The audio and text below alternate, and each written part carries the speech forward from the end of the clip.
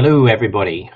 Apologies. I'm, as usual, having problems with Instagram, and I cannot work Instagram. And if anybody wants to come on board and be my friendly Instagram worky person who makes Instagram work for me, then fine. So I have my streams hopefully through Twitter and YouTube and LinkedIn on my computer, and I've got Instagram through my phone. So fingers crossed that all goes okay.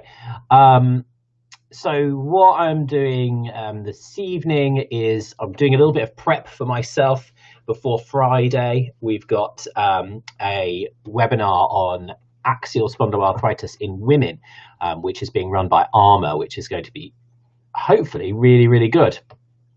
I'm really looking forward to it. It's going to be about an hour long, and hopefully we'll learn lots and lots from it. So that is, really looking forward to that. So I'm hoping to jump on here, and if I can show, if I can see some questions and stuff, I'm happy to try and answer any questions that people have about axial spondyloarthritis in women. And mostly I'm going to be coming up with things that I don't really know, which is quite a lot actually when you go into it. So we've got lots of questions which I will be hopefully asking of the panel, etc., when they're doing their webinar on Friday. We've got a lot to get through. So I have written a blog on this, which you can find on my website. So you just go to rheumatology.physio, and it will be the most recent blog on there. It's titled AxSpA in Women, Knowns and Unknowns, and that's basically known things to me and unknown things to me. So I'm going to quickly run through some of the questions that I've put for myself on there, and I'd be interested to see if anybody else has any other questions as well. I've got a few people joining on Instagram. Apologies about the angle. You're looking a bit up my nose, but I've had some technical problems with getting Instagram on the computer, so you're through my phone, which is sat in front of me, resting against my monitor. So a couple of things that I know already about axial spondyloarthritis in women. It affects nearly as many, if not as many, women as men. We've known that for quite a while. Women seem less likely to develop structural changes as men with axial spondyloarthritis. Women have an equal disease burden to men, so they certainly don't get it any milder than men, even though that, like I said, there's that less likelihood of getting structural changes. Women tend to present with more peripheral manifestations, but less classical axial symptoms. So it's more difficult to pick these patients up. They don't present quite so classically. So we're not seeing our really obvious inflammatory back pain, but we are going to see peripheral arthritis, tendinopathies, those sorts of things in women more of those in women than we are with men. Women do have a lower association with Hlab27 compared to men, which it's not a significantly massive amount from what I can find in the literature. Approximately 85% of women are positive and approximately 90% of men are, but that still means there are going to be more negative results in women than there are in men. So those are some of the things that I do feel like I'm quite confident in saying. Some things that I'm more suspicious of, I'm not certain whether I know it for definite. Women have a longer delay to diagnosis than men. I'm pretty confident in saying that, but I'm not certain. Average delay for axial spondyloarthritis is about 8.5 years, which is significant.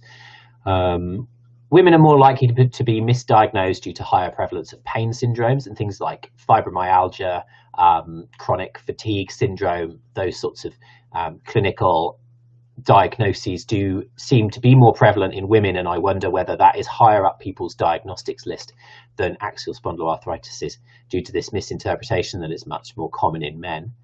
And I suspect that suspicion in primary care is lower in women than it is in men, and all those things probably fit together. Some definitive questions for me are, why on earth are there these differences? And why do women present differently to men? Is it purely down to that lower Hlab27 positivity rate? Is it hormonal? What are the differences, and why do they present differently? And I think that may lead us to understand then the differences in their presentation a little bit better. How do we mitigate or offset those increased delays because of the less classical presentation? So followed on from that, should we have a lower threshold for referring to rheumatology or investigating in women? I'm not sure at the moment. I think I probably do have a slightly lower threshold for referral in women. And are there any aids that we can use to help our clinical reasoning process in women? And I think that, that's a cheat. I just want someone to make my life easier. I've had a good question in from my good friend Alistair, who is the learning disability physio on Twitter and Instagram, and he's asking me where my fringe is, and I've tucked it behind my ear, Alistair. It's long enough now that it actually will tuck behind my ear. So if, just like that, look, it hides it nicely and maintain an air of professionalism rather than 90s emo music band.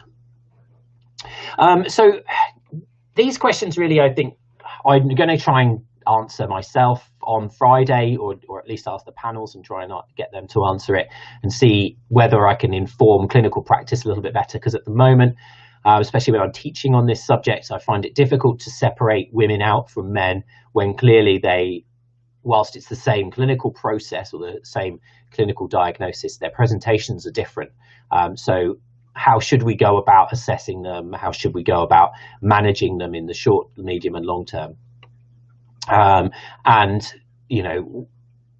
how do we be better? How do we be better at that so that we don't have any women falling through the gaps when really they should be going to rheumatology for investigations? So I'm really fascinated in if anybody has any questions about the differences in women presenting with axial spondyloarthritis. I'm happy to give a bash at answering the questions now, or if absolutely not, because I've got literally no idea, then I will be adding it to my list on my blog for Friday to try and answer. I am pretty tired, so I'm hoping that I am making some decent sense and being powered by some Yoo-hoo lifestyle coffee this evening. Myself and the other Jack have been busy planning the Therapy Live Sport conference, so that's been taking up a lot of my brain space, and I was hoping to do this live stream earlier in the week with a lot more preparation, but I haven't really got to it at all. But there you go. So just jot down into the chat. I haven't had any chats coming through just as yet, other than comments on my fringe, which obviously is the best fringe in podcasting. That's my current assessment. But if anybody does have any questions, otherwise these will be my questions that I go through on Friday and try and answer, and then I'll be back in front of this screen trying to answer those questions that I've come up with. Alistair thinks that he doesn't have any extra questions for me right now. Thank you for asking that, Alistair, or saying that.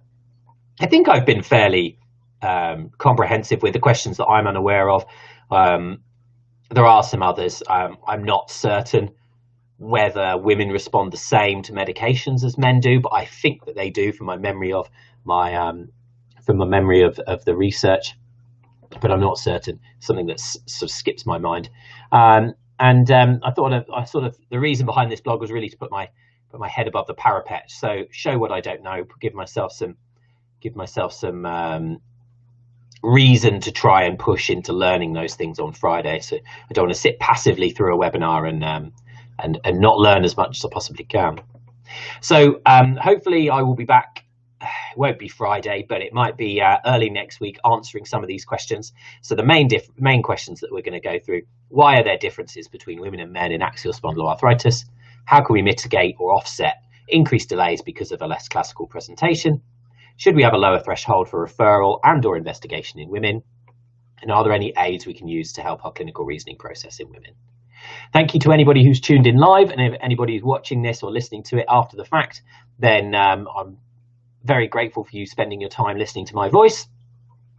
Please do head to my website, rheumatology.physio. You can find all my blogs and resources there, and there is a shop there if you fancy supporting me, getting yourself some resources to help with your clinical reasoning and supporting me to keep doing these free things that I try and do to improve our therapists' knowledge of rheumatology and physio and other therapies. So thanks a lot. Enjoy your evenings, and I will leave your social media streams in peace. Bye for now.